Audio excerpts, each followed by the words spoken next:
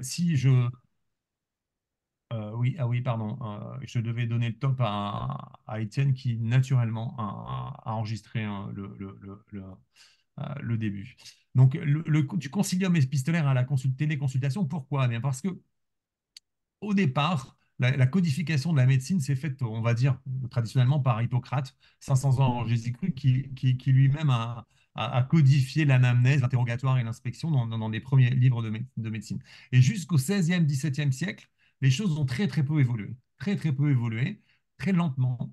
Et jusqu'au 17e siècle, là, vous avez une photo d'Étienne Geoffroy Étienne, François-Étienne Geoffroy, pardon, qui est un médecin de Paris, 17e siècle, qui avait l'habitude de faire de la médecine à travers des relations épistolaires. Et on a retrouvé 400 de ses lettres qui faisaient que c'était une star à l'époque, Académie de médecine, Académie royale de médecine en Angleterre, pharmacien, médecin, et qui faisait de la médecine, bien sûr physique, à travers la réception de ses malades à Paris, mais beaucoup à travers l'échange épistolaire en France, dans toute la France. Et ça, c'est resté une des manières de faire de la télémédecine, on pourrait dire, médiée par la lettre, par l'écrit, puisqu'il n'y avait pas d'autre moyen, et qui a duré jusqu'au XVIIe siècle, 17-18e siècle. C'est ensuite arrivé bien sûr la découverte par Laennec, et si on peut le dater, du stéthoscope, mais Laennec, c'est début du 19e, qui a permis, qui est un peu la date d'ouverture de la médecine technique, ce qu'on appelle de la médecine anatomo-clinique. Pourquoi? Parce que parallèlement, il y a eu des découvertes importante. C'était vraiment le démarrage de la science qui fait qu'on a découvert les systèmes anatomiques, les systèmes physiologiques, etc., etc., et qui a permis d'outiller la médecine avec un accroissement des connaissances. Et là, la question de l'auscultation, on savoir que la percussion avait été inventée par un médecin autrichien en 1791, le stéthoscope 1816-1819, on voit très bien que c'est à partir de cette accroissement de la connaissance scientifique et de la méthode scientifique que la médecine anatomo-clinique naît et que l'examen physique, l'examen clinique du patient rajoute une phase physique et donc qui détermine une présence nécessaire du malade. Et alors après, il y a eu toute l'évolution de la technique du 19e au 20e siècle, technique médicale, qui fait qu'on a créé, bien sûr, les examens d'imagerie, mais c'est début du XXe siècle, les examens de biologie, c'est tout au long du XXe siècle, etc., qui amènent de la radio à aujourd'hui l'IRM, etc., etc. Et donc, l'histoire de l'examen clinique, elle n'est pas linéaire. On n'a pas vu les patients dans l'acception globale de ce qui est aujourd'hui l'examen clinique de manière linéaire dans l'histoire. Tout ça s'est construit au fur et à mesure, et notamment de la technologie médicale. Ça, c'est la première chose. La seconde chose, c'est qu'il y a une évolution des techniques de communication. Donc, non seulement l'examen clinique, donc la manière de faire de la médecine a évolué au cours de l'histoire, mais parallèlement, on a un accroissement des moyens de communication. Alors là, je vous ai mis quelques grandes dates, des pigeons voyageurs jusqu'à 1914. Pourquoi? Bon, parce que on a eu quelques médecins qui, notamment par les systèmes écrits de lettres, notamment Kaplan jusqu'en 1899, qui s'occupaient de ces malades, et notamment qui suivaient ces malades grâce à des lettres envoyées par pigeon voyageur. Parallèlement, le télégraphe a été créé au début fin du 19e siècle, puis ensuite après le téléphone par Graham Bell, et la télémédecine a commencé par l'organisation de certains services, et notamment aux États-Unis et en Angleterre, qui ont permis de créer des premières prises en charge de malades à distance par le téléphone. D'ailleurs, petite anecdote, vous savez qu'aujourd'hui, la première activité de télémédecine, c'est la télérégulation. Elle est faite par téléphone, quand vous appelez le 15, et elle est faite par des ARPM, des agents de régulation médicale, qui ne sont pas médecins. Et ça concerne à peu près plus de 30 millions d'appels par an. C'est ça la première activité de télémédecine aujourd'hui.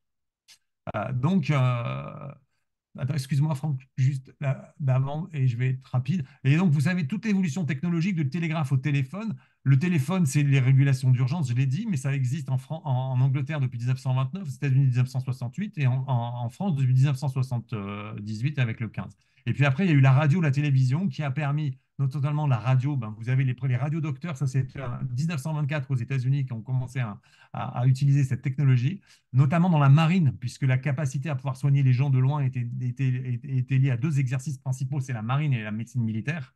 Et donc, là, vous voyez que la télémédecine, elle ne date pas d'aujourd'hui et que la révolution de l'ordinateur et du téléphone portable, donc de l'ordinateur embarqué, notamment le smartphone aujourd'hui, montre que l'histoire des télécommunications et les capacités des télécommunications démultiplient aujourd'hui les capacités de faire de la télémédecine qui existent depuis fort longtemps. Donc ça, c'est déjà une perspective historique qui est extrêmement importante à comprendre parce que dans les polémiques dont je parlais tout à l'heure, on a l'impression que la télémédecine, elle vient de naître et que certains considèrent que c'est une médecine, pardonnez-moi l'expression, puisque c'est comme ça que c'est dit, de merde par rapport à une médecine présentielle, alors que dans l'histoire de la médecine, les choses sont installées depuis fort longtemps. Donc on voit très bien qu'il faut revenir un peu à cette perspective historique pour pouvoir comprendre. Je vais passer le slide suivant pour accélérer un peu. Donc, il faut savoir que la médecine, elle se diffuse par le progrès de la diffusion universelle des connaissances. On n'est pas dans le marketing ou la différenciation industrielle ou le secret industriel. Aujourd'hui, il y a des publications et depuis le XXe siècle, on est dans l'univers de la publication scientifique qui s'est considérablement accéléré dans le monde ces dernières années. Pour donner un exemple, tous les 73 jours, il y a un doublement des données médicales aujourd'hui, en 2020 grâce à la, comment dire, aux nouvelles technologies de l'information et puis bien sûr à la diffusion de la science. Et l'ère vraiment moderne de la télémédecine, elle est la conjugaison de tout ça et notamment la cristallisation, c'est fait par le Covid 2019 où ben, comment dire, le fait d'avoir été confiné, voilà, le confinement de l'ensemble des populations quasiment sur la Terre entière nous a obligés dans 1000 secteurs, y compris la télémédecine, en médecine, d'imaginer des prises en charge médiées à distance. Et aujourd'hui, on est dans une accélération des pratiques, une accélération de la codification de cette médecine à distance. Pourquoi? Parce qu'elle se matine d'innovations technologiques supplémentaires, c'est-à-dire qui permettent de mettre des objets connectés pour suivre les malades, qui permettent de mettre de l'intelligence artificielle. Et on est vraiment dans une accélération de ces pratiques et de leur codification qui mélange des savoirs empiriques et des évaluations scientifiques. Et quand on regarde le nombre de publications sur PubMed, qui est vraiment la base de données des publications scientifiques, on a un nombre considérable de publications sur le sujet. Il y a des revues à comité de lecture, il y a des congrès scientifiques, il y a des sociétés savantes partout dans le monde qui travaillent sur la codification des pratiques de la médecine vidéo médiée et avec des objets connectés. Donc, extrêmement important de voir que ça vient d'Hippocrate, mais si je me permets cette extension, jusqu'à maintenant, et ça ne fait que s'accélérer. Slide suivant, pardon, Franck. Alors, le champ de la télémédecine d'un point de vue juridique, c'est quoi cette accélération? En fait, la télémédecine, elle a été définie vraiment en France dans son acception moderne. Je ne parle pas d'Hippocrate en Grèce. Dans son acception moderne, en 2009, par la loi HPST, avec un décret de 2010 qui définit 5 champs originels. La téléconsultation, qui est une consultation réalisée par un médecin avec un patient à distance. La téléexpertise qui permet à un professionnel de santé de prendre l'avis d'un autre professionnel de santé, notamment plutôt entre médecins, et on parle d'un médecin requérant ou d'un médecin requis. La télésurveillance qui permet je ne sais pas ce qui se passe, il y a mon écran qui bouge. La télésurveillance qui est un acte de télémédecine qui permet de suivre les patients grâce à des objets connectés, notamment sur des constantes, type rythme cardiaque, glycémie, etc., etc. La téléassistance qui permet à une personne âgée notamment d'appuyer sur un petit bouton pour pouvoir solliciter des services d'urgence en cas de chute, en cas de problème de toute quelque nature. La régulation médicale qui permet d'appeler un service, comme j'ai dit tout à l'heure, ou de solliciter un service médical d'urgence qui va permettre de prendre en charge cette urgence à distance. Et de plus récemment, le télésoin, puisque ça date de 2019. Si la loi HPST qui l'a défini, le décret de 2010, c'est bien parce qu'une loi, ça permet d'autoriser les pratiques. Elle ne les finance pas. Après, c'est les domaines de la convention. Les conventions, c'est-à-dire des liens entre les professionnels de santé et l'assurance maladie qui permet de rembourser ces éléments-là. Et là, la première date à retenir, c'est 2018. Donc, vous voyez que c'est très récent. 2018, la convention médicale a introduit le remboursement de la téléconsultation. Euh, et puis après, il y a eu d'autres avenants à la téléconsultation, d'autres avenants à la convention médicale qui définissent la téléexpertise, qui remboursent la téléexpertise, etc., la télésurveillance.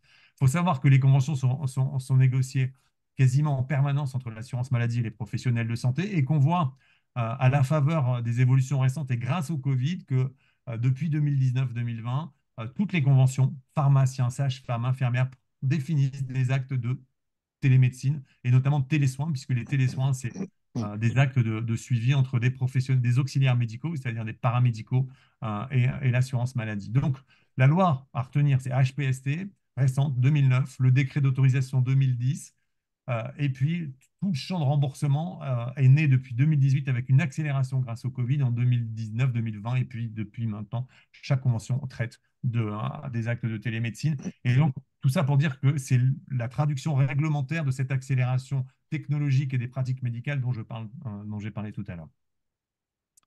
Euh, Tout ça rencontre un sujet, c'est la future configuration des soins dans le territoire. Parallèlement, on l'a évoqué, il y a des nouveaux modes d'entrée dans le système de soins qui se métamorphosent. Alors, qu'est-ce que sont les soins primaires? Les soins primaires, c'est les soins de première instance, ceux qui font qu'un patient rencontre le système de santé.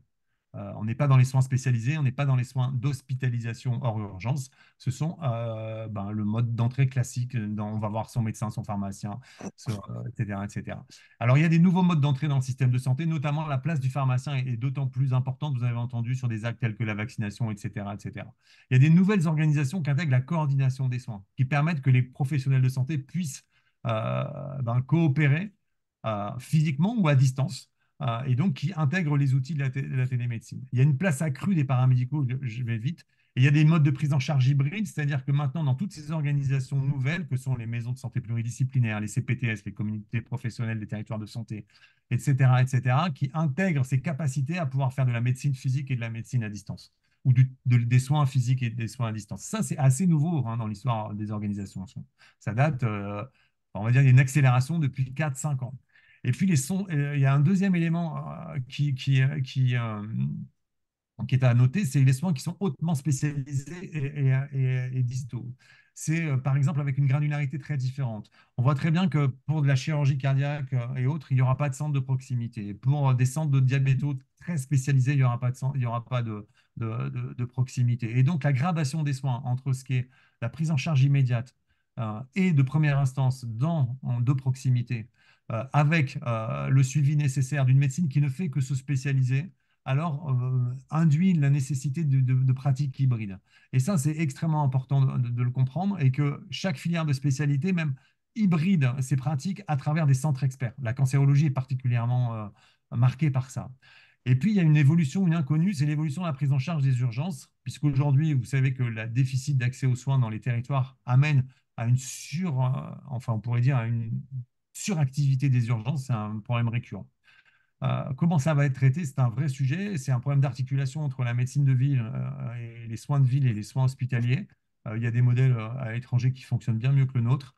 Je ne vois plus la presse. Voilà. Et donc, tout ça, ce sont des éléments qui font que les Français, aujourd'hui, dans une raréfaction des problèmes démographiques, sont confrontés à d'énormes difficultés aux soins et parallèlement d'accès aux soins. Et parallèlement, on voit une reconfiguration des soins primaires qui est accéléré, comme je le disais, de par l'évolution des organisations, l'évolution de la technologie et l'évolution de la manière dont les médecins et les paramédicaux souhaitent travailler par rapport aux générations anciennes. Donc tout ça est pour montrer qu'on est en pleine mutation et que ces mutations ne vont pas s'arrêter dans les 5, 10, 15, 20 ans qui viennent.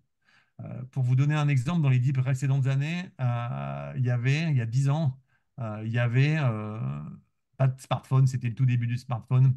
Il n'y avait pas eu les attentats à Paris, on ne parlait pas de Trump, l'Angleterre faisait encore partie de l'Europe, etc., etc., etc. Dans les 10 prochaines années, c'est-à-dire le temps de formation d'un médecin, ceux qui sont en première année aujourd'hui sortiront dans 10 ans. Donc on a encore une raréfaction de la démographie médicale pendant 10 ans. C'est pour ça que je prends les 10 ans qui viennent. Dans les 10 prochaines années, il y aura l'IA qui sera devenue d'utilisation classique partout.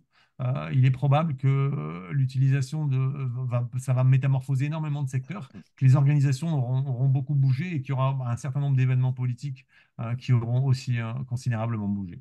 Donc, comment pouvoir saisir les enjeux dans les territoires, revenons à notre propos, sur l'organisation des soins et sur la capacité à pouvoir fournir des soins à nos habitants, c'est pour prendre en ligne de compte tous ces éléments dynamiques que je vais céder la parole à Franck parce qu'il y a déjà des choses, des expériences qui sont extrêmement, extrêmement présentes dans les territoires et il y a des choses qui sont utiles et des choses qui le sont moins. Et c'est Franck, je te laisse te présenter et avancer. Euh, j'ai été un peu long, désolé, mais je pense que j'espère vous avoir convaincu de tous les enjeux qui sont présents et devant nous. Merci Nicolas.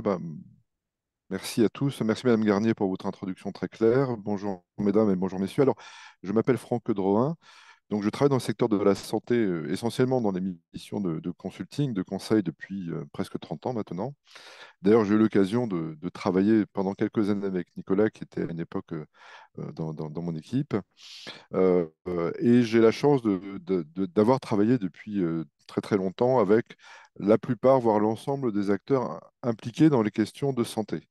Et quand je parle de santé, je ne parle pas simplement de soins, puisque Madame Garnier le rappelait tout à l'heure, la santé, c'est bien d'autres choses également.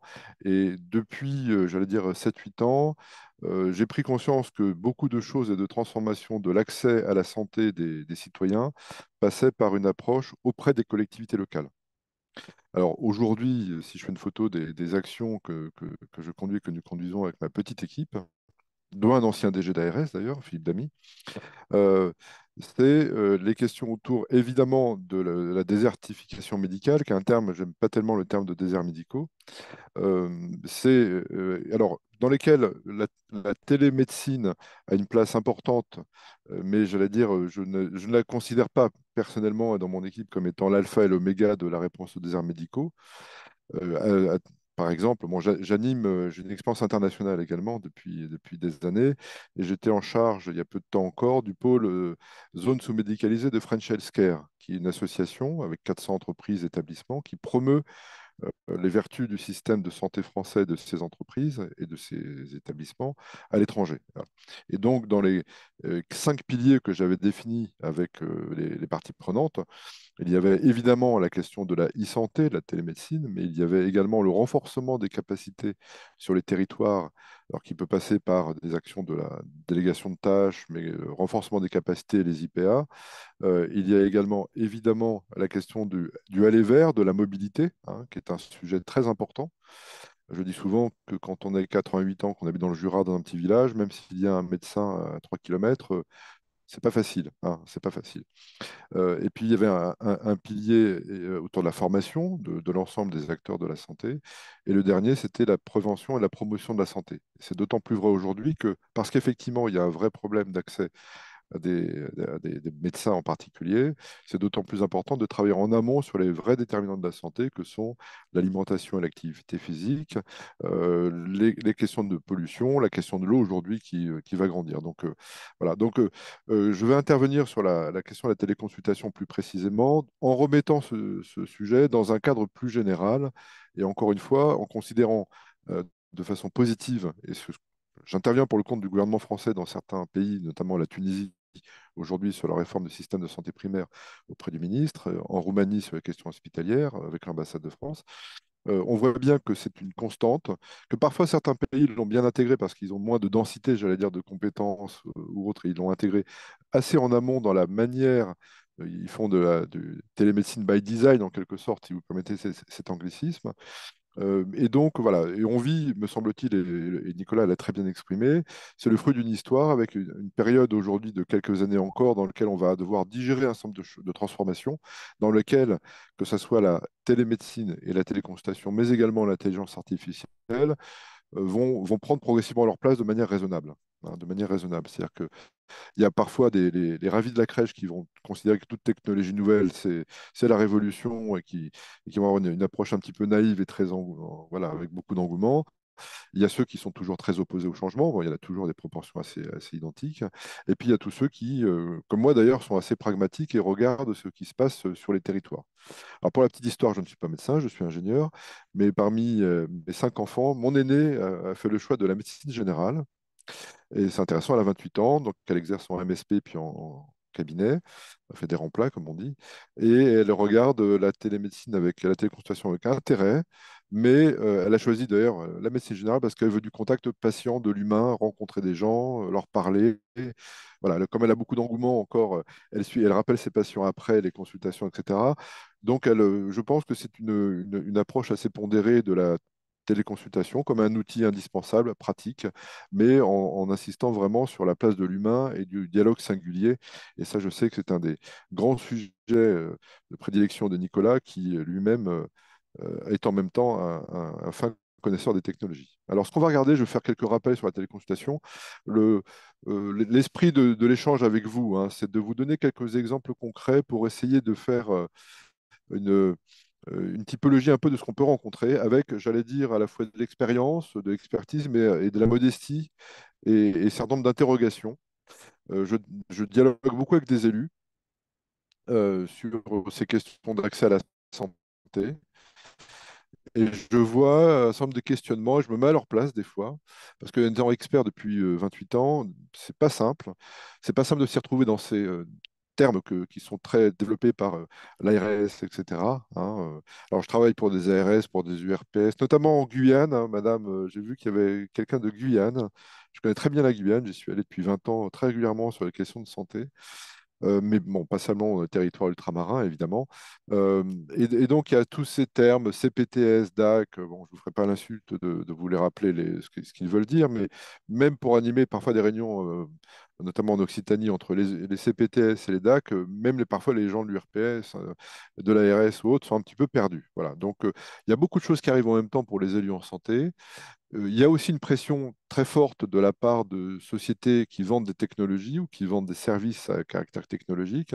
Et donc, l'esprit de ce débat, c'est de se dire quelles sont les bonnes questions à se poser, pas forcément les bonnes réponses, hein, mais souvent en termes de bonnes décisions, quand on a bien posé l'énoncé et les questions, on y arrive un peu mieux pour essayer de trouver des bonnes réponses. Et puis, au-delà de l'expérimentation, prendre un petit peu de recul finalement, et comme le disait tout à l'heure, comme l'évoquait Nicolas, je crois que lorsqu'on en parle, et lorsqu'on travaille dessus sur des territoires, je travaille pour l'Aude par exemple, je crois qu'il y a quelqu'un qui est à Narbonne, hein, eh bien la question se pose mais finalement on prend un peu de recul, ça sert à quoi la téléconsultation? Et il y a souvent un doux mélange entre le j'ai mal docteur, c'est-à-dire le besoin des gens qui ont leur enfant ou eux-mêmes qui ont mal quelque part et qui ont du mal, évidemment, à trouver un médecin qui peut les prendre, hein, qu'il soit médecin traitant ou pas. Et puis, le suivi des pathologies, les soins programmés dans le cas des pathologies chroniques. Voilà. Et puis, j'ai quelques chiffres qui remettent parfois l'église au milieu du village sur qui l'utilise, tant du côté des patients que du côté des professionnels de la santé. Voilà. Alors, bon, je vais aller rapidement là-dessus. La téléconsultation, hein, c'est un acte réalisé par vidéotransmission ou voilà, ou par téléphone. Hein, au moment du Covid, une large majorité des téléconsultations ou des actes de téléconsultation, en fait, étaient faits par téléphone. Sur les 4 millions du mois de mars 2020, il y en avait, je crois, 60% qui étaient faits par téléphone. Voilà. Et puis, il y a un sujet qui me semble-t-il très intéressant à regarder, et de plus en plus intéressant, c'est pas simplement parce qu'il est promu par l'assurance maladie, hein, c'est ce qu'on appelle la téléconsultation assistée. Hein. C'est un professionnel de santé qui peut être une infirmière, pas forcément IPA, hein, un assistant médical, assiste physiquement un patient au cours d'une téléconsultation avec un médecin. Je veux en reparler, et ça me semble un sujet très intéressant pour différentes raisons. Avec quand même l'assurance maladie qui, après l'ARS dans la mise en place de dispositifs, est quand même j'allais dire fortement régulateur de beaucoup de choses parce qu'il finance, hein, au final, un certain nombre de choses avec des téléconsultations qui sont limitées dans le cadre de remboursement. Et là, c'est la référence au décret du mois d'octobre 2010. Voilà. Vous retrouvez sur cette page les conditions de remboursement par assurance maladie. De plus en plus de contraintes sont appliquées sur l'exercice de la téléconsultation. Et c'est tout à fait sain d'ailleurs, parce qu'il y a eu de façon marginale quelques abus, notamment sur les arrêts de travail, on le voit bien, hein. Il y a eu quelques abus sur des implantations ou des choses très mal comprises. Bon, c'est clair que les supermarchés, on peut vraiment se poser des questions. Je suis un petit peu plus interrogatif sur les gares. Vous savez que la téléconsultation va se développer dans les gares. Euh, c'est des choses intéressantes. On voit notamment dans certains pays étrangers qu'il y a une intégration, comme je disais, plus en amont de la question de la télémédecine et de la téléconsultation.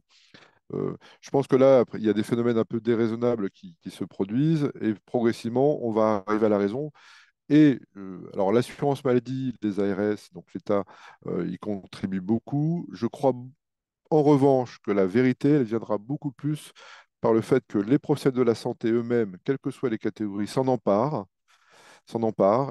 y compris au plan de l'économie du dispositif, mais également que les collectivités locales qui franchissent de plus en plus, hein, les barrières des champs de compétences définis par la loi NOTRe, et ça c'est très clair, hein, que ce soit sur ces sujets de téléconsultation, de télémédecine, mais également sur le salariat des médecins, sur l'implication, bah, grâce au contrat locaux de santé en matière de santé publique, eh bien, puissent s'en emparer vraiment. Et je pense et j'espère que ce sont les professionnels de santé, y compris ceux qui sont élus, qui vont pouvoir vraiment définir beaucoup mieux ce qui se passera sur les territoires, hein.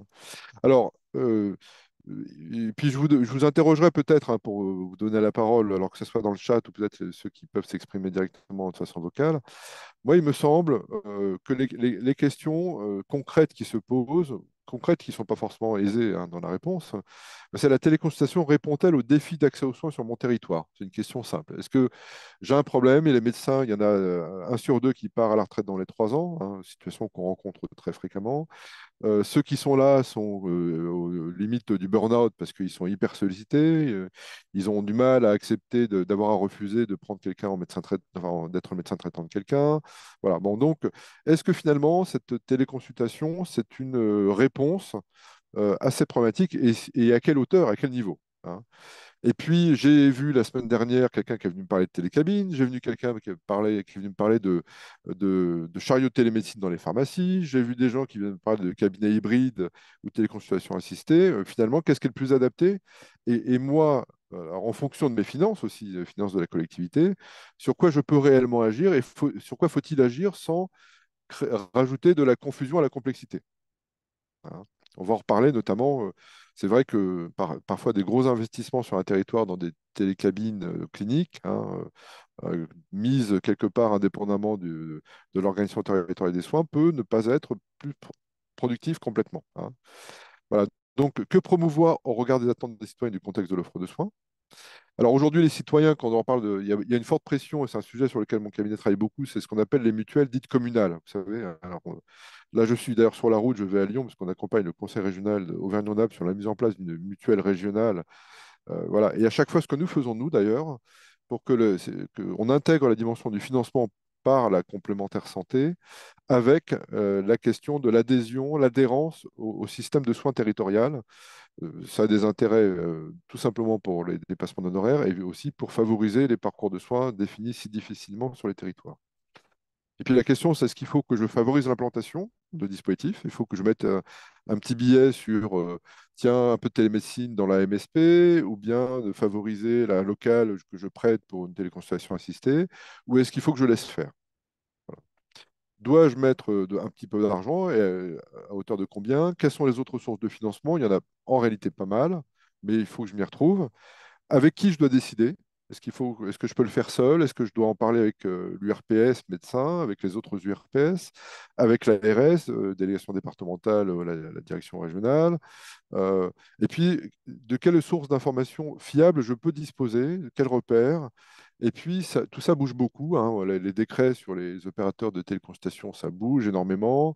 Je passe les questions autour du droit des patients, la démocratie sanitaire, etc. Et finalement, sur quoi me baser pour prendre des décisions les plus éclairées possibles avec mes services, sans, ben, effectivement, en créant de la valeur pour les citoyens qui sont très inquiets sur ces sujets, sans, je veux dire, créer de la complexité ou créer des choses, des faux espoirs, hein. Et puis aussi, et c'est pas facile, c'est comment en parler avec les citoyens, qui eux-mêmes, bah, ils peuvent être démarchés par une mutuelle qui va leur dire, bah, tiens, on fait de la téléconsultation, avec des gens qui sont peut-être pas du tout connectés au territoire, qui sont peut-être à 500 km de là. Euh, est-ce- Qu'est-ce que je dois leur dire sur est-ce que c'est une bonne téléconsultation ou pas? Et puis aussi, comment j'en parle avec les professionnels de santé, sachant que le sujet est parfois délicat, où on a des professionnels de santé qui disent c'est de la foutaise, rien ne vaut le dialogue singulier de toucher, de palper les patients. Puis il y en a d'autres qui créent même parfois des entreprises de téléconsultation, qui créent des services. Et donc, c'est pas du tout évident. Et la question, c'est que faire? Voilà, hein. Donc, les quelques minutes, hein, qu'on va passer ensemble a pour objectif de vous donner, de mon point de vue, quelques repères, quelques retours d'expérience, et puis d'essayer de clarifier, avec modestie quand même, parce que c'est des sujets très évolutifs, comme l'évoquait Nicolas, d'essayer de clarifier quelques points.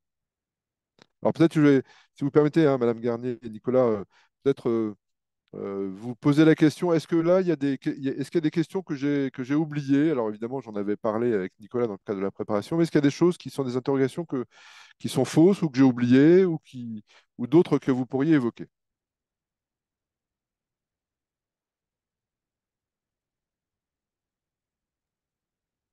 Allô? Nicolas, est-ce que tu veux commenter Non, ouais. les... Moi, merci Véronique, merci beaucoup. Avant que Franck poursuive, moi je pense que la question quand on est élu local, c'est de pouvoir, et je le vis aussi dans ma vie, c'est de, comme tous, comme toutes et tous, c'est de faire face à ces problématiques d'accès aux soins. Euh, et, euh, et donc la question, c'est de pouvoir être le catalyseur des énergies pour répondre à ça, hein. Donc l'attractivité des territoires, mais pour les professionnels de santé un des leviers. Et la capacité à pouvoir parfois faciliter les modes d'organisation où il y a une prise peut être un élément qui lui-même est attractif pour les médecins et notamment les médecins et les autres professionnels de santé et les jeunes médecins. Et moi, ce que je pense qu'il est important de pouvoir mettre en ligne de compte, c'est d'abord avoir un bon diagnostic sur son offre de soins locale, ce qui n'est pas forcément d'une facilité quand on est élu local. Enfin, ça dépend des territoires en tout cas. Et puis la deuxième chose, c'est d'être en capacité de concertation avec les professionnels de santé du territoire, parce que les solutions toutes faites sans intégration dans les solutions avec les professionnels de santé du territoire sont malheureusement vouées à l'échec. On l'a vu avec les MSP, où parfois les projets immobiliers, les MSP sont transformés en projets immobiliers vides.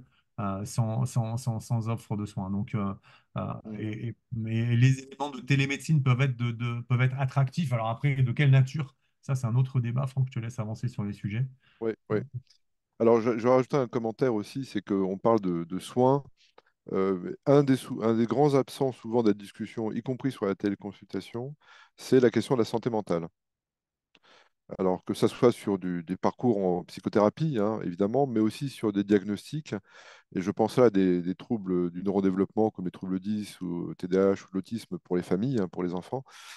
Alors qu'il est constaté, et j'ai animé des webinaires sur le sujet sur la santé mentale avec le docteur Maurice Bensoussan, que vous connaissez peut-être, l'Association française des psychiatres, on s'aperçoit que eh bien, c'est aussi une des réponses. Alors, dans un des éléments du parcours en psychothérapie ou en détection, mais souvent, hein, il n'y a pas assez d'articulation, me semble-t-il, dans les préoccupations des élus avec les PTSM, hein, les commissions locales de santé mentale.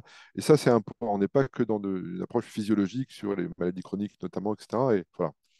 Alors, un petit rappel, hein, on peut faire de la téléconsultation. Mettons-nous de la point de vue de la citoyen, là, c'est sur le site, hein, de Santé publique France. Voilà, on peut faire des téléconsultations de chez soi, et c'est quand même très pratique, mais c'est adapté dans certains cas.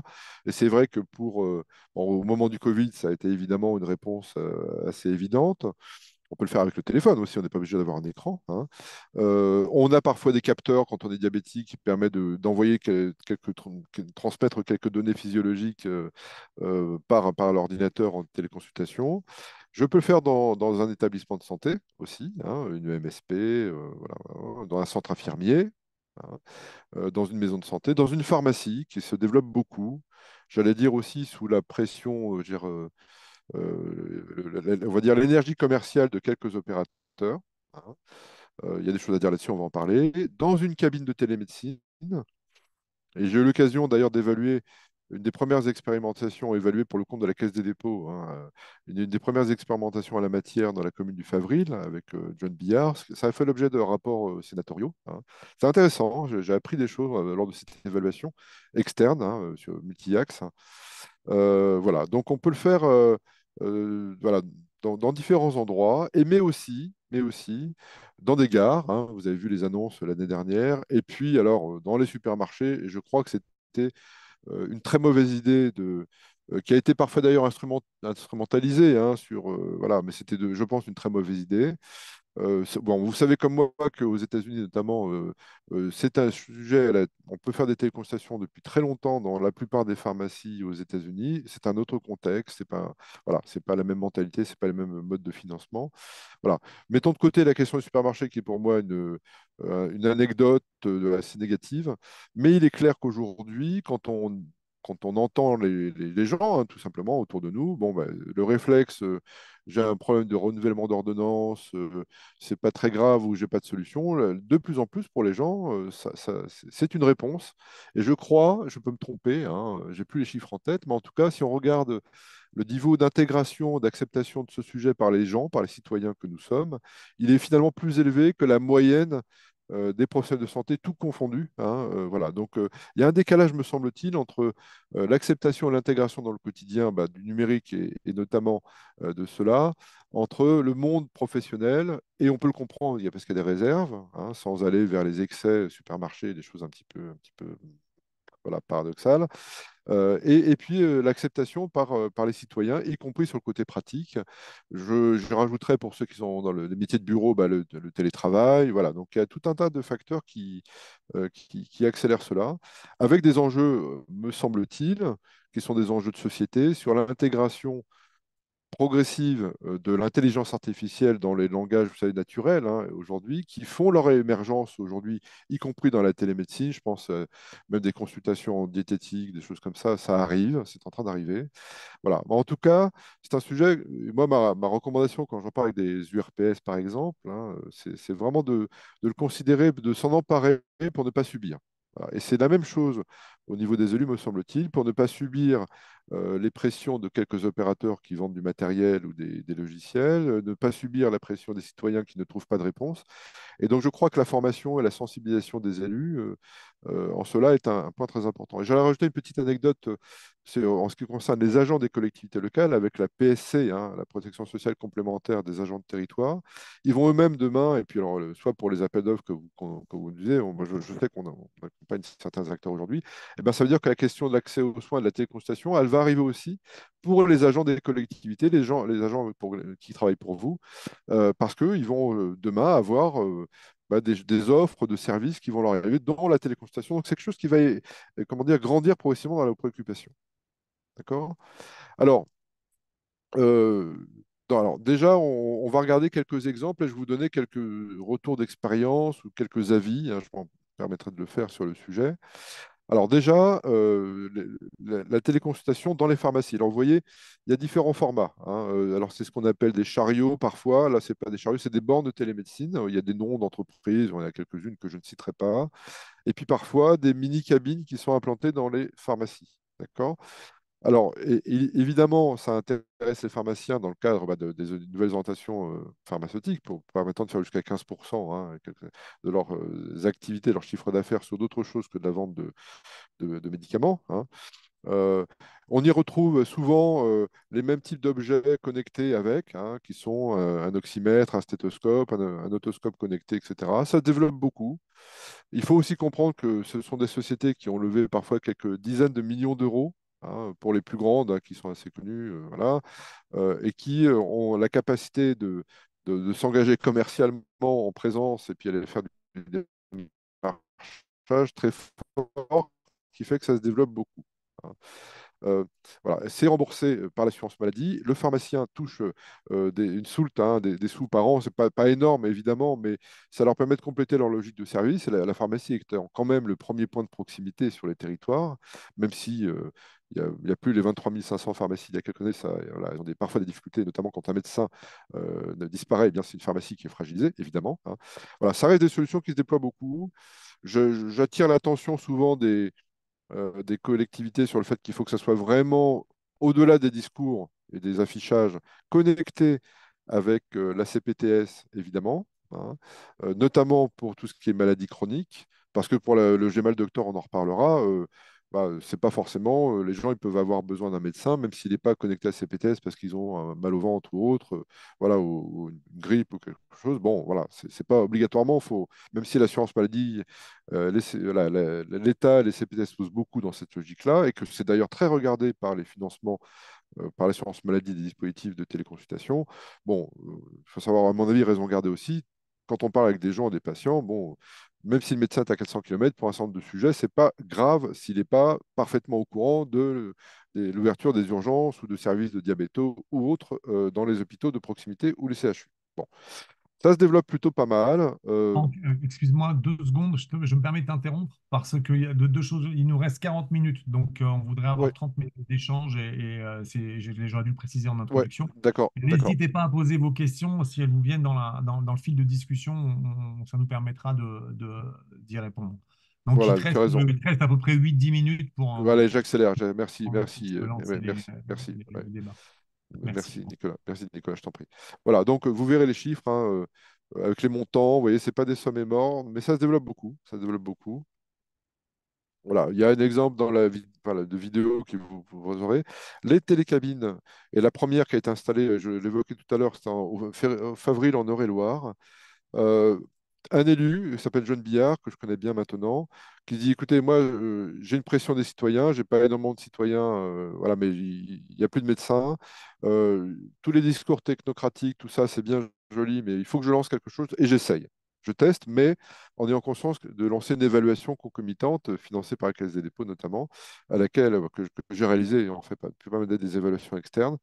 Le bilan, un tiers des gens sont venus là, enfin, ont déclaré être venus là et que ça leur a permis d'éviter d'aller aux urgences. Un tiers ont dit si je n'avais pas eu ça, je n'aurais pas consulté de médecin. Voilà, voilà. Puis, voilà. Et globalement, un territoire qui, au fur et à mesure, y compris pendant le Covid, s'est élargi pour aller jusqu'à 15 km de patients qui venaient dans cette cabine, avec des populations qui étaient assez diverses d'ailleurs, et pas que des jeunes. Et voilà, c'était assez représentatif. Vous voyez les photos, hein. Un espace sécurisé à côté de la mairie. Alors ça, c'est dans une mairie, ce qui était un des points d'inquiétude. Et je pense que quand même, d'expérience, il faut que ça soit proche d'autres acteurs de la santé. Et en étant déconnecté comme ça, c'est voilà, c'est tout à fait, voilà, c'est perfectible, on va dire, hein.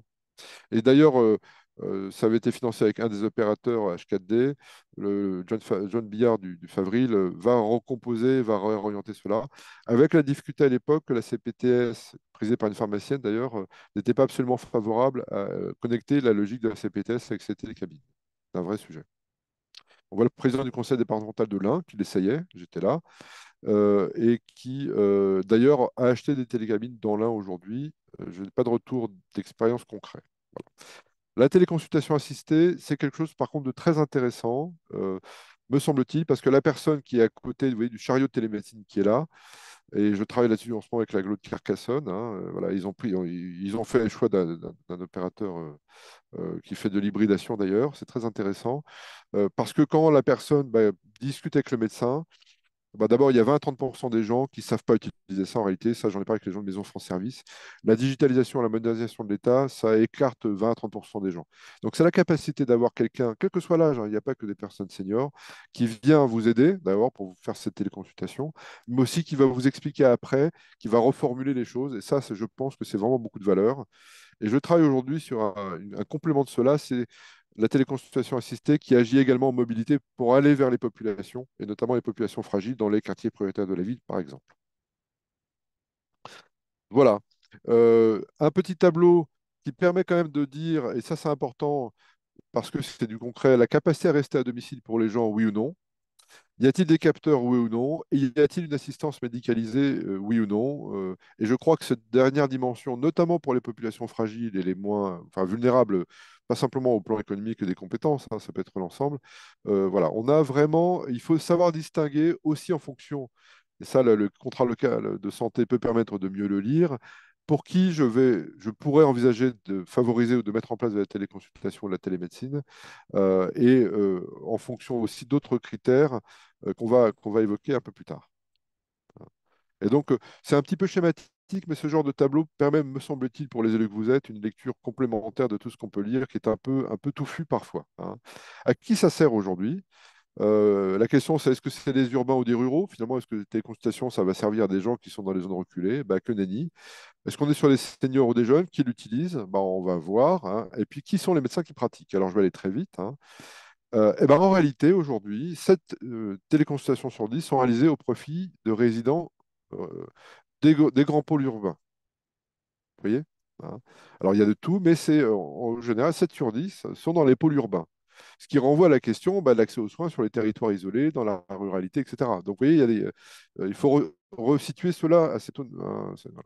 Ensuite, 26% sont des téléconsultations, hein, par des médecins généralistes libéraux, attention, hein, ça c'est les chiffres qui sont publics, l'ont été auprès de patients âgés de 30 à 44 ans. Vous voyez, donc plutôt des actifs. Vous retrouverez, vous voyez, les écarts entre la consultation, les visites aussi très peu nombreuses, on le sait bien, et la téléconsultation.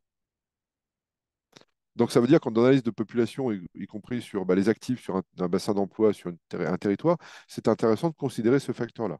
Il n'y a rien qui en soi doit conditionner une décision. Par contre, c'est un certain nombre d'indicateurs comme cela ou d'éléments de repère qui doivent être intéressants à considérer. Et puis, quelle est la distance entre le patient et le médecin pour les prestations, encore une fois, par des généralistes libéraux en 2021, hein? Vous voyez que 44% des téléconsultations en pourcent sont faites dans la même commune. Dans la même commune. Donc, on est peut-être plus sur des questions de disponibilité d'horaire que sur les questions de distance en tant que telles. Voilà, hein. Et à plus de 30 km, c'est vraiment 10% seulement. Vous voyez? Alors, on sait que la question de la disponibilité se pose compte tenu du fait que pour un médecin d'antan, j'allais dire, qui travaillait 70 heures par semaine et qui était hyper, voilà, eh bien, il faut, on dit, entre deux et demi médecins, hein, de nouvelle génération pour le remplacer. Ben, ça pose la question de est-ce que c'est une question de distance ou une question de disponibilité horaire? Vous voyez, hein. Et justement, si on parle des médecins, voilà, on voit voilà, la part de la téléconsultation dans l'activité avec le pic en octobre. Donc aujourd'hui, comme vous le savez, c'est une limitation aujourd'hui réglementaire à pas plus de 20% de leur activité. Dans le cas des téléconsultations, on est effectivement largement en deçà, hein.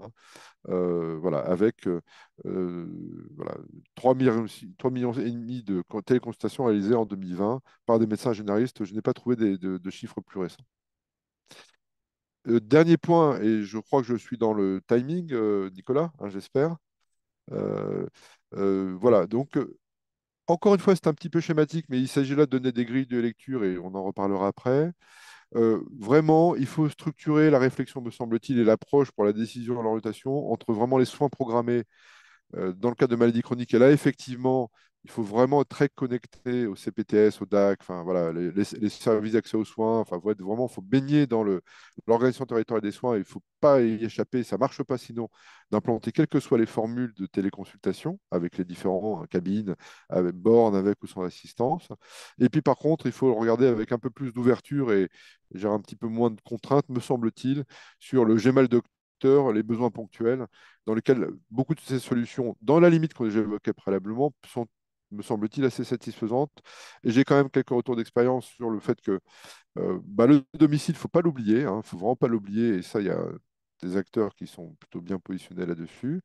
Et puis, vraiment, mon sentiment, c'est que mettre de l'humain à côté dans les téléconsultations assistées est, à mon avis, vraiment l'avenir.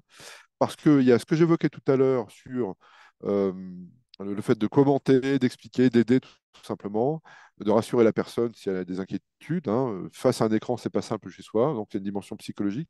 Et aussi, très pratiquement, et ça, j'agis là-dessus avec des collectivités, de permettre d'orienter des recommandations, notamment autour de la meilleure alimentation et de l'activité physique adaptée, vers des acteurs des territoires, le tissu associatif, que ce soit sur des clubs sportifs, des clubs seniors, etc., permettant de transmettre de manière opérationnelle les recommandations du médecin sur le thème il faudrait vous bouger un peu plus ou manger un peu mieux, etc. Et il y a aujourd'hui, ça renvoie vers les déterminants de la santé. Et ça, cette dimension de la téléconsultation avec assistance permet de faire le lien. Et ça valorise l'humain, évidemment, dans cette histoire de téléconsultation. Mais en plus, ça permet de faire le lien avec des politiques de santé publique territoriale. Voilà. Merci Franck. Voilà. Merci Voilà. Franck pour cette présentation. Écoutez, on a déjà une première question, me semble-t-il, sur le chat. Je suis professionnel de santé, c'est donc Marie Stella qui nous interpelle. Je suis professionnel de santé en psychiatrie au Gabon. Nous sommes confrontés à une absence de soignants dans le domaine de la dictologie et de l'alcoolologie. Comment se former à partir de ce dispositif? Comment peut se faire le suivi programme des maladies chroniques en santé mentale? Avez-vous des exemples concrets? Avant de te laisser la parole, Franck, j'ai eu l'occasion de travailler dans la vie professionnelle il y a longtemps avec Michel Reynaud, qui était le patron de la dictologie. C'est même lui qui a pas inventé, mais qui a qui a aidé à la création de cette spécialité. Il a sorti un rapport il y a 5 ans, 4 ans maintenant sur justement addictologie et santé numérique. Il faut savoir qu'en psychiatrie en général, en addictologie en particulier, la gradation des soins qui peut commencer par des étapes à distance ou avec des prises en charge intermédiaires à distance est un élément qui est tout à fait positif puisque l'objectif étant d'être dans la relation avec le malade très régulièrement. Et donc là, il y a des dispositifs qui existent. Les CLSM peuvent être des endroits où on peut discuter de la capacité à pouvoir favoriser, parce qu'une fois de plus, c'est pas une mairie qui installe modulo les télécabines dont tu as parlé, Franck, mais globalement, c'est pas le rôle d'une mairie d'installer de la télécabine ou des offres de télémédecine. C'est de pouvoir catalyser les possibles avec les professionnels de santé du territoire, me semble-t-il. Et en psychiatrie, je pense qu'il y a vraiment, vous savez que les médecins sont limités à 20% d'activité aujourd'hui. C'est une décision administrative qui repose sur aucune donnée scientifique pour pouvoir, on va dire, gérer le risque financier et puis de dérive. Mais aujourd'hui, la question qui se pose, c'est, et notamment en psychiatrie, comment élargir ce seuil, parce que c'est typiquement une spécialité médicale, et l'addictologie en fait partie, qui pourrait largement être optimisé dans son recours aux soins par de la distance et de la télémédecine. Voilà, Mm. donc j'ai dit que je ne parlerai pas de mon activité professionnelle, je n'en parle pas, mais je peux vous dire qu'il y a plein de choses qui sont en train d'être travaillées à ce niveau-là avec un certain nombre de psychiatres notamment. Alors, oui, je prendrai la santé mentale d'une manière générale, et effectivement, ça fait partie des sujets dans lesquels la téléconsultation s'exprime plutôt bien. Alors, dans une approche populationnelle, beaucoup chez les jeunes, notamment sur les problématiques voilà, de mal-être, hein, etc. Et là, il y a un très gros succès dans tout ce qui peut être mis en place auprès des jeunes, alors via les universités, les écoles, etc. Et donc là, il y a des chiffres qui le montrent que ça marche bien. Si on en reste, c'est un sujet énorme des addictions, même si c'est un sujet très vaste, hein, entre les addictions à l'alcool, voilà, au tabac, écran, enfin, et puis bon, et le reste, c'est pas les mêmes, évidemment les mêmes mécanismes. Quand même, on voit que la téléconsultation a, dans certains cas, alors que ce soit en premier contact ou bien en suivi, a un rôle à jouer qui permet en plus, avec une offre notamment en santé mentale, en libéral, hein, sur les psychiatres en libéral, on voit que c'est très, très faible, qui peut trouver des utilisations très concrètes. Allez, je donnerai là-dessus un exemple que je vous engage à regarder, qui est ce qu'on appelle le DSPP, hein, qui a été testé dans les Yvelines Sud il y a très longtemps, qui a fait l'objet d'un suivi par la CNAM, avec c'était les centres hospitaliers, c'était le docteur, bon, j'ai oublié son nom, j'ai animé des débats là-dessus avec eux, avec la Société française de psychiatrie là-dessus d'ailleurs. Et donc, l'idée, c'est de pouvoir travailler avec les médecins généralistes qui sont souvent fort démunis d'ailleurs sur les questions de santé mentale, et de pouvoir, avec l'aide d'une plateforme et de téléexpertise, hein, on n'est pas forcément à la téléconsultation là, la téléexpertise, pouvoir, avec l'aide d'un psychiatre et d'une infirmière libérale, qualifier la problématique auquel le médecin généraliste est confronté. Et ça, pour vous, Madame, au Gabon, c'est peut-être un sujet intéressant. Et d'ailleurs, il a été constaté, chiffre à l'appui, que plus des 2 tiers, je crois que c'est les 3 quarts des patients, en fait, reviennent vers le médecin, parce que c'est la crainte aussi de ne pas revoir son patient dans ces cas-là. Non, en réalité, ils reviennent dans plus de 3 quarts des cas vers le patient, mais le médecin ayant été conforté dans son diagnostic, si on parle de bipolarité haute, c'est des sujets quand même très pointus, hein, on ne peut pas reprocher à un médecin de ne pas tout connaître, et qui permettent de conforter son diagnostic et d'inscrire son patient dans un parcours organisé par ce qu'on appelle donc le DSPP, qui d'ailleurs fait l'objet d'une évaluation, d'un suivi avec l'assurance maladie. Voilà. Donc, j'espère avoir répondu à votre question, madame. Donc, on a une nouvelle question. Il y a un portail qui s'appelle AddictAid, qui est assez bien fait sur la question du numérique, qui aborde les questions du numérique et de l'addiction, qui est porté par une association. Monsieur Michaud, Patrick Michaud, vous aviez une question? Oui, merci. Bonjour à tous. Donc, Bonjour. je suis élu à la santé, donc à la ville de Saint-Étienne. J'ai un passé également donc, de médecin généraliste. J'ai exercé pendant 25 ans la médecine générale avant de finir ma carrière en milieu hospitalier. Alors, évidemment, la ville de Saint-Étienne, enfin, nous sommes confrontés, évidemment, comme beaucoup de collectivités, à la problématique de la démographie médicale qui va aller en s'aggravant. Et vraiment, avant, je voudrais vraiment vous remercier pour cette présentation, aussi bien Nicolas Leblanc que Monsieur Drouin. Vraiment, c'était tout à fait passionnant. Vous avez répondu déjà à beaucoup de questions que je pouvais me poser.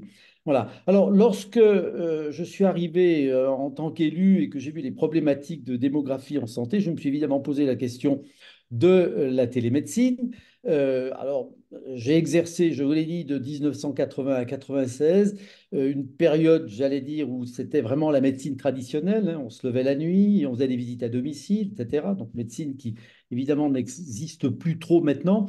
Et en réfléchissant, je me suis dit que finalement, ben, de la télémédecine, j'en ai fait aussi pendant 25 ans parce que je ne passais pas une seule consultation à mon cabinet sans avoir un coup de téléphone de quelqu'un qui, voilà, ben, docteur, je ne veux pas venir vous voir, mais j'ai ça, qu'est-ce que vous en pensez? Et finalement, je pouvais résoudre le problème assez facilement. Alors, avec la différence, évidemment, que c'était des gens que je connaissais.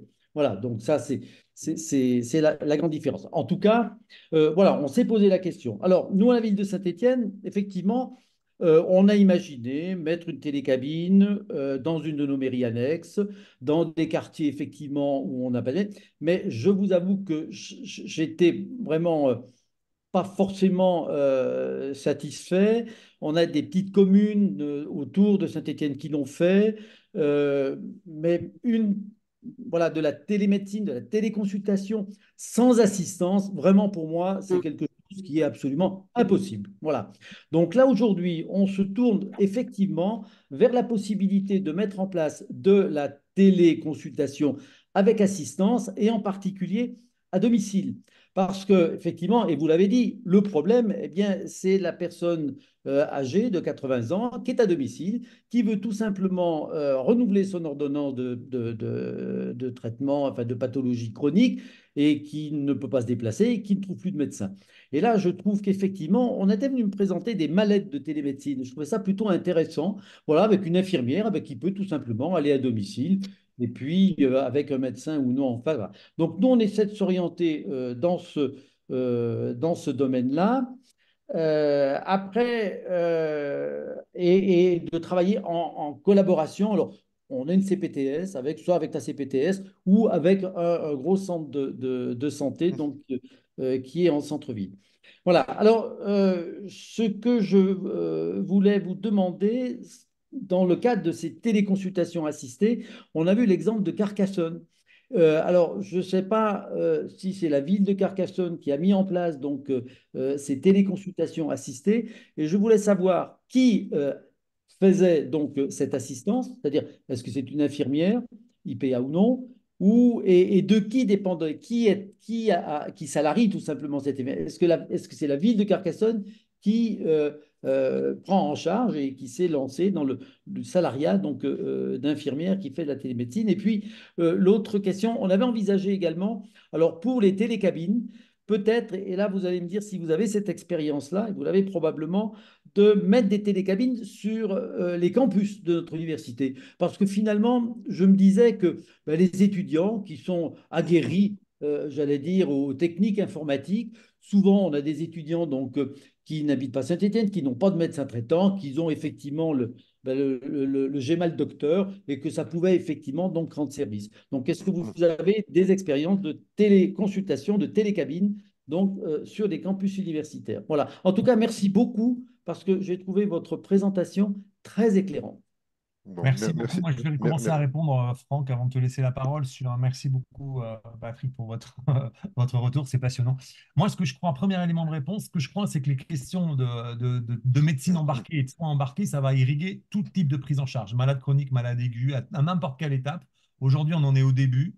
Ça existait avant, ça va exister et ça va se déployer à la faveur des évolutions technologiques et de communication que j'ai évoquées tout à l'heure. Donc, ça va irriguer l'ensemble du champ de la médecine avec ses codifications. Tout ne sera pas faisable, mais à distance. Et là-dessus, on est au début d'une histoire qui s'amplifie, même si elle puise au fond des âges.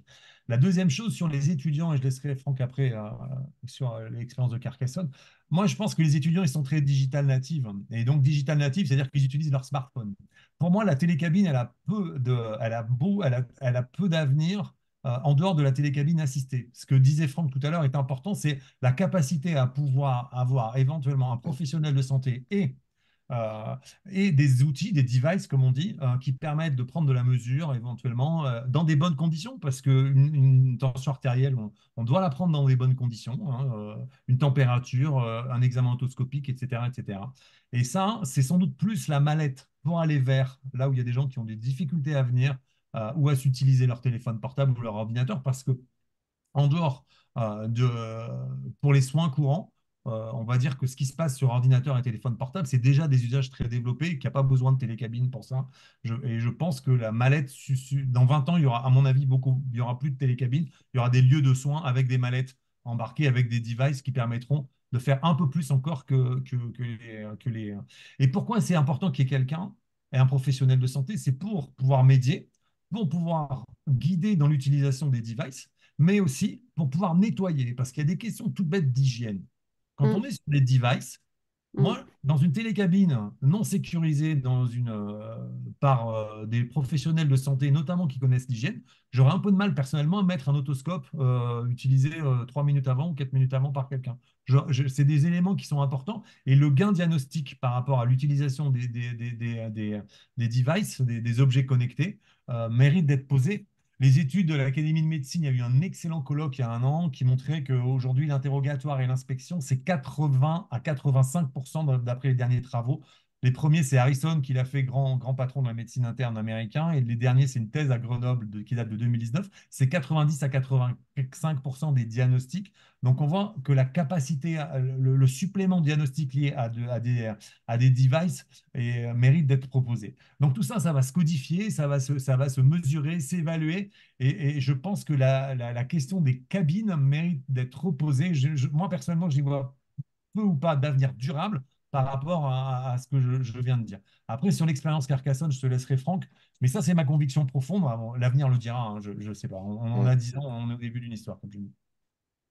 Alors, oui, docteur, sur Carcassonne, c'est l'agglomération de Carcassonne, c'est-à-dire 83 communes, c'est une interco, hein, et 120 000 habitants. Il y a deux sujets, deux axes aujourd'hui sur la conception assistée. Il y en a une première qui s'appuie sur la CPTS, notamment du bas carcassonnais, avec très connecté avec l'expérience d'Alia qui permet de faire de la souplesse dans l'usage des compétences médicales. Et ils s'appuient sur un opérateur du marché que je ne citerai pas, mais voilà.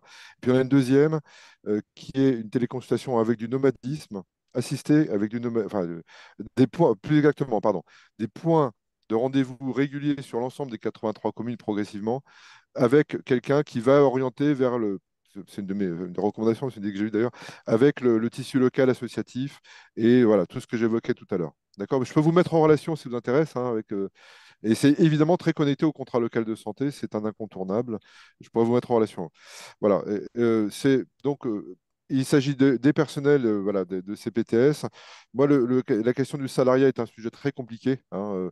On est plutôt sur l'usage de ressources existantes et puis de renforcer aussi les rémunérations de l'offre libérale, que ce soit infirmière ou médecin, plutôt que de passer par des voies du salariat qui sont quand même très, très compliquées quand on a un peu de retour d'expérience. Voilà. Quand même, sur les étudiants, sur les jeunes, excusez-moi. Alors, non, j'avais une autre remarque par rapport aux populations précaires, monsieur le docteur Michaud.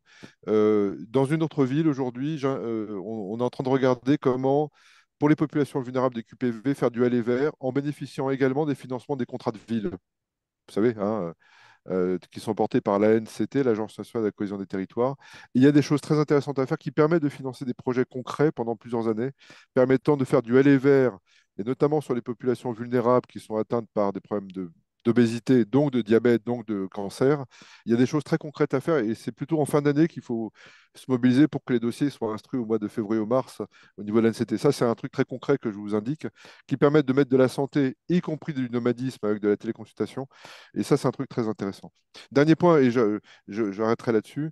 Sur les jeunes, il me semble, et là, dans une autre ville, dans le sud de la France également, on est en train de regarder, parce que je crois que l'espace quand même pour les jeunes, dans lesquels on peut venir parler de problèmes de MST ou les problèmes d'orthogénie pour des avortements, je pense aux jeunes femmes, c'est pas simple d'aller chez elles, évidemment, même en faisant téléconsultation, et qu'à d'avoir un espace non discriminant, évidemment, dans lequel on peut de façon assez confidentielle, dialoguer avec quelqu'un à distance, c'est peut-être une solution. Et là, on est en train de travailler dessus dans le cadre d'un espace jeune avec une association de jeunes. Voilà. Donc, voilà. Mais je suis complètement d'accord avec Nicolas. Les télécabines mises dans une entreprise, ça fait joli parce qu'on fait de la RSE, mais ça marche pas.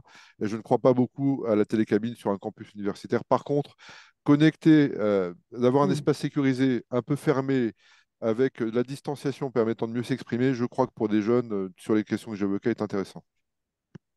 Alors, l'université Paris-Saclay, proche de chez moi, entre guillemets chez moi, est en train a installé une cabine de télémédecine et je pense, comme le soulignait Patrick, que ça va se déployer quand même dans les universités pour répondre aussi, quand on voit quand même que le profil dans les utilisateurs, hein, les 15-34 ans sont quand même plus à même à utiliser ces dispositifs aujourd'hui que des patients plus âgés. Nicolas, je pense, puisque j'ai la parole, je vais la passer à Martine, notre nouvelle adhérente de Kourou, expérience en Guyane sur les télécabines, Martine. Oui, Il est tôt en bonjour. Guyane. Il est très Merci, très merci tôt. vraiment pour cet éclairage parce que c'est vraiment d'actualité. La semaine prochaine, alors pour Monsieur Drouin, je ne sais pas si vous connaissez, la semaine prochaine, nous allons à Saint-Élie. Saint-Élie, c'est un tout petit village plutôt d'orpailleurs. Mhm. Donc, qui est complètement isolé, à 1 heure de Kourou en voiture, 1 heure depuis la berge jusqu'à la berge de la prochaine berge, parce que il faut franchir un barrage, et 1 demi-heure de quad. Donc voilà, donc c'est quand même très très loin. Et puis ils ont rien, hein. Donc ils avaient un centre de secours qui est abandonné. Bon, voilà. Donc, ils ont aucun recours. La dernière fois, il y a eu un gars qui s'est fait écraser par un bulldozer. Bon, il est mort tout de suite, mais bon, voilà quoi. Donc, il y a quand même des gros risques avec la population d'orpailleurs et la population de la ville, du village n'est pas très importante, mais il y a quand même pas mal de monde qui circule. Donc voilà, donc on y va la semaine prochaine avec les directeurs de l'hôpital de Kourou. On va avec l'ARS et puis voilà, et puis d'autres personnes parce que on a fait le choix par rapport à la télémédecine d'avoir comme correspondant le service des urgences de l'hôpital. Pourquoi? Parce que s'il y a une hospitalisation, c'est eux qui vont recevoir le patient, c'est eux qui vont décider si il faut que le patient vienne consulter. Et puis, on a un désert médical effroyable ici, hein, donc autant dans les villes que dans les campagnes. Et il y a en Guyane, la Guyane est très grande, hein, un tiers de la France, mais donc il y a plein d'écarts, ça s'appelle des écarts, c'est-à-dire des gens qui vivent dans des tout petits, même pas des villages, des hameaux, et qui sont isolés. Donc voilà, donc là on va faire une première à Saint-Élie.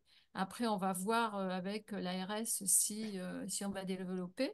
Alors bon, mon problème, merci d'avoir précisé l'hygiène, c'est quand même extraordinaire. Je suis médecin anesthésiste, je suis au bloc opératoire et je n'avais pas pensé qu'il fallait qu'il y ait quelqu'un qui passe derrière pour corriger, pour nettoyer tout ça.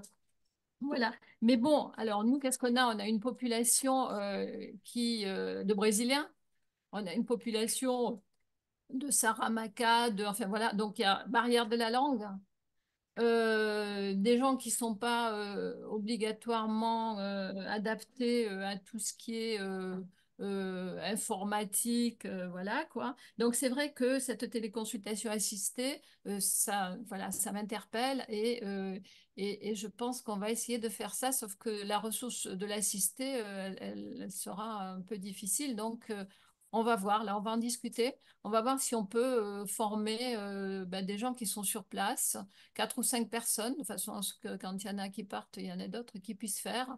Et puis, on va leur apprendre le rudiment je sais pas, du dextro, par exemple, de l'hygiène aussi, bien sûr, de la prise de tension. Enfin, bon, voilà, voilà. Donc, voilà. Mais le problème, donc, c'était savoir si on met une cabine une cabine de téléconsultation, parce que nous, on a le problème aussi de l'humidité. Mm. Donc, je pense que cette cabine, elle va pas vivre longtemps. Donc, comment on va faire? Voilà. Donc, ça, c'était la question. Je sais pas trop quelles sont les Alors, solutions. si vous Franck, permettez, 2 secondes. Ouais, Voilà. 2 secondes, 2 secondes, Franck, juste, je te laisse vite la parole. Je sais que tu es passionné par la Guyane. On a été ensemble pour évaluer les réseaux il y a quelques années.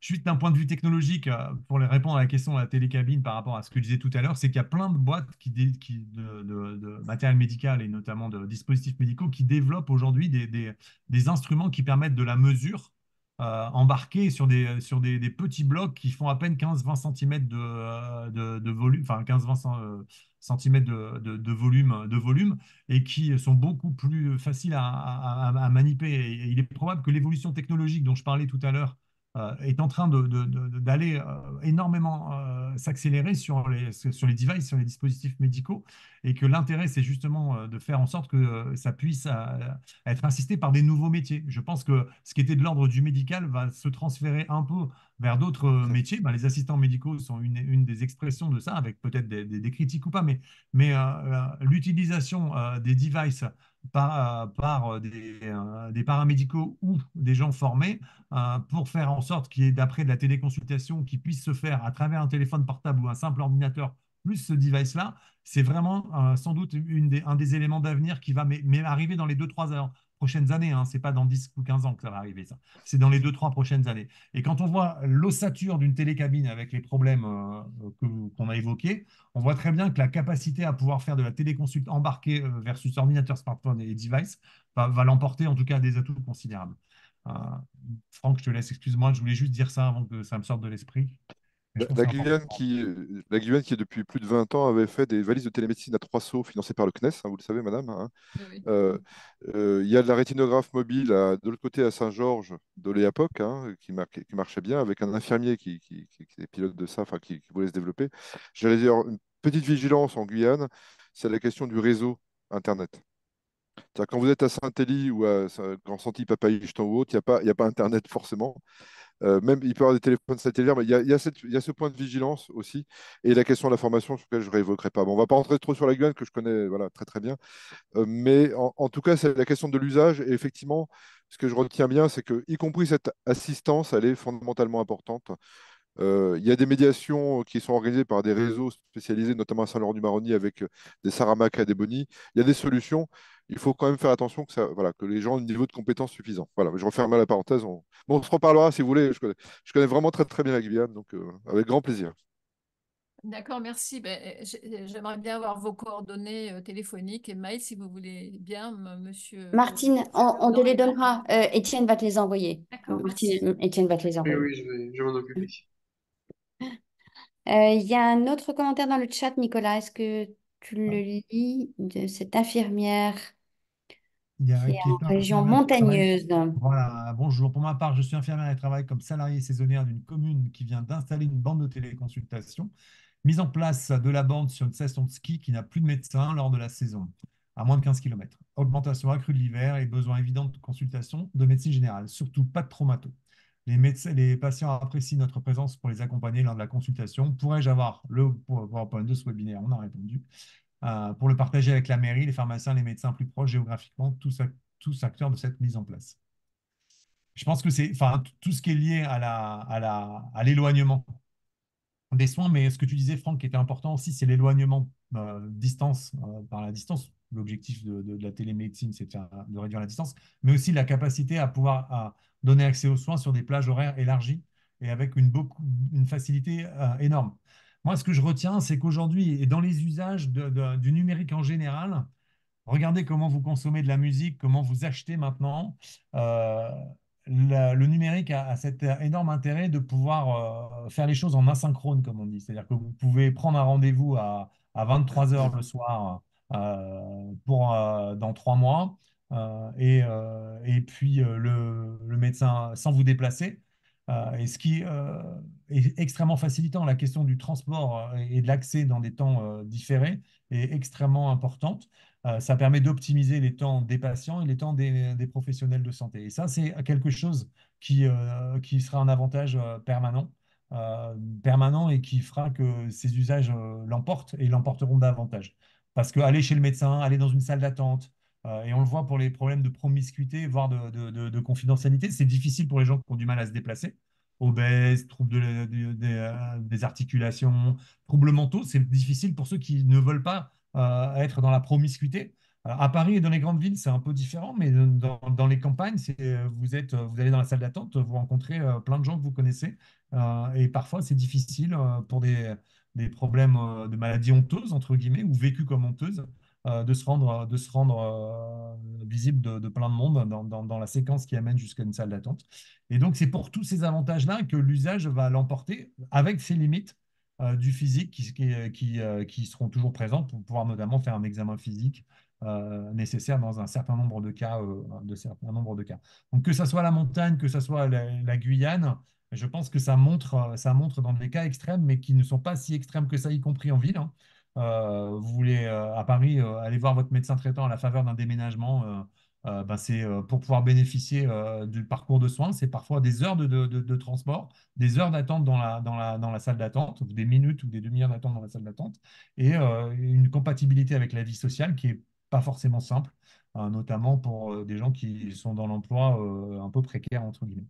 Et je crois que c'est important d'avoir ces éléments en tête aussi qui renforcent et qui vont renforcer les usages. Nicolas, avant qu'on termine, moi j'aurais juste un commentaire, puisque on a laissé bien sûr à nos participants la priorité. Il y a un autre commentaire de Fred sur l'attente, la salle d'attente virtuelle et l'attente conséquente aussi dans le cas des téléconsultations. Est-ce que vous avez un commentaire à apporter à Fred? Alors là, ça dépend des systèmes, hein. Sur les salles d'attente, il y a des salles d'attente virtuelles qui sont plus ou moins longues. Et puis, donc là-dessus, ça dépend des dispositifs qui sont mis en place, ça dépend des moments où ça se passe, ça dépend de la manière dont on est, comment dire, mis en relation l'offre de soins avec la demande de soins. Il y a plein de paramètres, mais globalement, c'est plus rapide que le physique avec des irrégularités, mais c'est beaucoup plus rapide que le physique. Le temps d'attente en téléconsultation enfin, est quand même globalement beaucoup moins important qu'en physique. Donc là-dessus. Non, Très non, bien. c'est très variable. Je veux dire Oui. que je pense qu'assez progressivement, c'est un temps d'attente qui va être utilisé avec des outils en langage naturel pour poser des questions permettant de préqualifier l'entretien peut-être, avec les avantages et les inconvénients de ce genre de choses. C'est ce qu'on peut voir apparaître dans différents pays, mais voilà. Ça, c'est vrai, hein. Pardon, je ne l'ai pas dit, mais effectivement, le temps d'attente en numérique peut être optimisé par les patients. Alors, surtout quand on est chez soi, devant son ordinateur portable et un smartphone, puisqu'on peut faire autre chose jusqu'à ce que la téléconsulte commence. Quand on est dans une télécabine, c'est moins vrai puisqu'on est dans la cabine. Et puis, les algorithmes qui sont là pour ajuster la demande. Et les demandes, les questionnaires de symptomatologie sont extrêmement importants en téléconsultation. C'est-à-dire qu'il y a un certain nombre de questions qui sont posées en amont de la mise en relation avec un professionnel de santé et qui permettent déjà de préqualifier les problèmes. Alors ça, c'est l'habileté des systèmes à pouvoir développer ces questionnaires. Et demain, avec l'ère de la donnée dans laquelle nous sommes, les questionnaires vont devenir de plus en plus précis, vont être évalués et seront de plus en plus ajustés en fonction des cas de figure. C'est tout l'intérêt de l'intelligence artificielle et de la recherche en la matière dont je parlais tout à l'heure. Il y a d'énormes publications qui sortent sur la téléconsultation chaque jour. Donc, ça va ne faire que s'améliorer tout ça.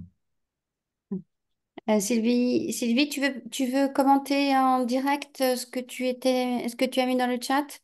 Euh, Moi, je trouve qu'on est passé un peu rapidement sur le fait que, effectivement, lorsqu'on connaît déjà le patient, qu'on lui a déjà prescrit après colloque singulier, etc., qu'on a pris la mesure de ses besoins et qu'on a déployé l'empathie nécessaire, là, c'est tout à fait naturel de pouvoir faire des téléconsultations de renouvellement de traitement, notamment pour des malades chroniques. En revanche, ce qui devrait être plus régulé, c'est peut-être un risque de dérive vers une substitution de la consultation réelle, physique. un déploiement, même dans la limite des 20%. Voilà, c'est pour ça que j'ai mis ça, hein, le plafond de 20% d'activité. Oui, c'est complètement arbitraire. C'est plutôt quelles consultations on doit déployer et lesquelles on doit absolument pas déployer parce que on perd énormément. Tout à fait. Absolument. Patrick, tu avais encore un commentaire? Oui, non, Excusez-moi, simplement, on est en fin on n'a de... pas, on n'a pas trop abordé la problématique de la télé-expertise et je pense que c'est quelque chose qui me paraît aussi très intéressant et en particulier dans nos EHPAD. Et on essaie, nous, alors dans le cadre d'ailleurs du Conseil territorial de santé, on essaie de développer cette télé-expertise avec, je parle de la cardiologie par exemple, avec quelques patients donc d'EHPAD qui ont besoin par exemple de voir un médecin spécialiste. Et donc, du coup, ça, c'est quelque chose qui me paraît aussi très intéressant. Voilà. Mais, et puis, simplement pour conclure, ben, je ne sais pas ce qu'en pensent nos experts, mais élus de base et médecins de base, je pense qu'aujourd'hui, vraiment, on ne pourra pas, compte tenu de la démographie médicale, et on sait très bien qu'on aura le niveau de médecins aujourd'hui. En 2035, on en sera au même point qu'aujourd'hui. Donc, je ne vois pas comment on ne peut échapper au développement donc, de la téléconsultation et de la Mm. télémédecine. Merci beaucoup. Très bien. Je ne rajouterai rien, c'est exactement ce que je pense. Ouais. Bon, Moi, en j'ai tous juste les un cas, point, Véronique, si je Oui, peux me permettre, bien juste un sûr. point, je voulais être court. Sur la question de la limitation des 20%, moi, je crois que la question, elle doit être, elle doit pas être administrative, elle doit être médicale, c'est-à-dire codifier les bonnes pratiques de ce qui est faisable et ce qui ne l'est pas. Et ça doit être ça vers ce vers quoi on va aller et que les peurs administratives, les peurs corporatistes, même je le dis en étant médecin, ne doivent pas dominer ce qui doit être de l'évaluation de la qualité des soins. Et entre Mm. pas de soins une téléconsulte et une consultation de suivi physique, c'est cette gradation-là qui doit faire l'objet d'une évaluation classique sur les indicateurs de bénéfice-risque, en fait, sur les populations. Je pense que c'est cette bonne pratique dans le monde médical, en tout cas, là, je reprends ma casquette de médecin de santé publique, qui doit être le guide des bonnes règles et Mm. pas le reste. Voilà, c'est ça. Et je pense que là-dessus, il faut un peu de temps. Et puis, il y a l'empirisme, il y a l'évaluation, et l'évaluation se fait si les choses existent. Donc, c'est vraiment en permanence un cycle d'empirisme, évaluation, empirisme, évaluation. Mais c'est comme ça que la médecine est née, hein, elle va continuer. Donc, voilà, Donc, bah, écoute, c'était déjà un bon élément de conclusion. Je pense que vous avez vraiment, à travers vos deux interventions, Patrick, tu as également dit ça, c'est-à-dire que c'était vraiment de lutter aussi contre les fausses bonnes idées. Je suis dans un territoire, je n'ai plus de médecin, eh ben, je vais acheter une télécabine. C'est pas comme ça qu'on résout et qu'on trouve les meilleures solutions pour son territoire. C'est vraiment, on doit partir d'un diagnostic local, d'une analyse de besoins, de sa population. On voit bien qu'en ruralité, ça ne répond pas aux besoins comme on aurait aimé que ça réponde aux besoins. On n'est pas dans... ce webinaire était vraiment pour essayer d'être très factuel dans ce que aujourd'hui de répondre à ces difficultés d'accès aux soins qui sont quand même qui ne vont pas s'arranger tout de suite, mais de ne pas considérer que la télécabine est une solution sans avoir au préalable analysé pour son territoire ce qui peut correspondre à une meilleure solution en privilégiant bien sûr d'attirer des professionnels de santé sur son territoire.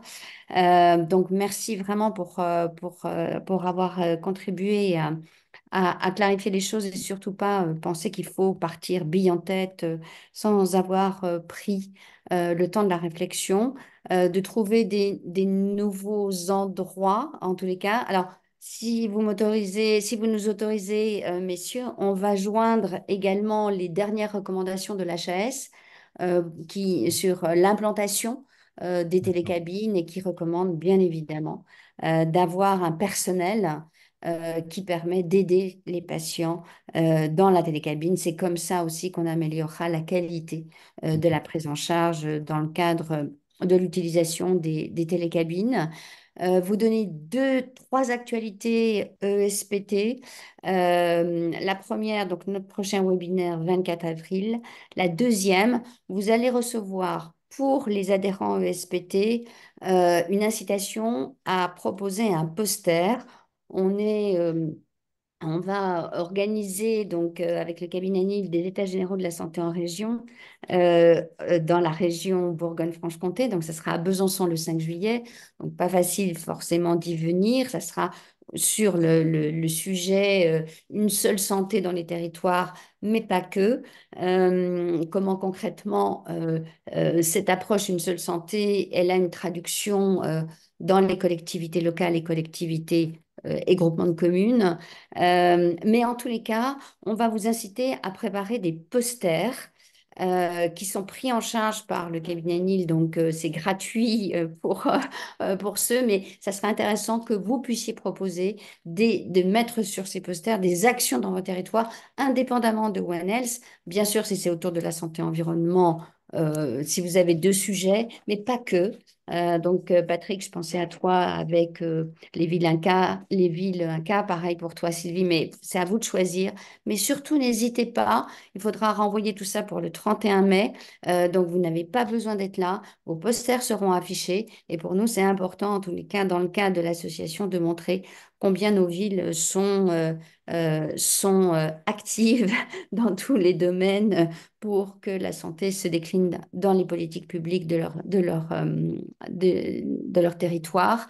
La troisième actualité, et surtout vous bloquez là, le 10 juin, notre journée nationale d'études au Sénat, à nouveau. Sylvie, c'est noté pour le 5 juillet, mais il faut que tu envoies tous les éléments maximum avant le 31 mai, hein, parce que tout sera, il s'occupe de la mise en page, il s'occupe de l'impression. Donc, surtout, encore une fois, c'est gratuit. Donc, c'est vraiment une belle occasion de montrer tout ce que vous faites. En tous les cas, nous on est fiers de pouvoir promouvoir tout ce qui est fait dans nos villes. Et donc, le 10 juin, Journée nationale d'études au Sénat, sur un sujet très différent, mais, mais pas que. Vous allez voir qu'il y a un lien, enfin qu'il peut y avoir, en tous les cas, ça peut être un des dispositifs. C'est sur le vieillissement, le maintien à domicile, comment les villes peuvent agir pour contribuer à améliorer avec devant nous un vieillissement de la population qui va s'accélérer. Donc des vrais sujets, toutes les initiatives des collectivités territoriales avec un constat, tous les constats le matin et puis l'après-midi, donc les solutions à partager.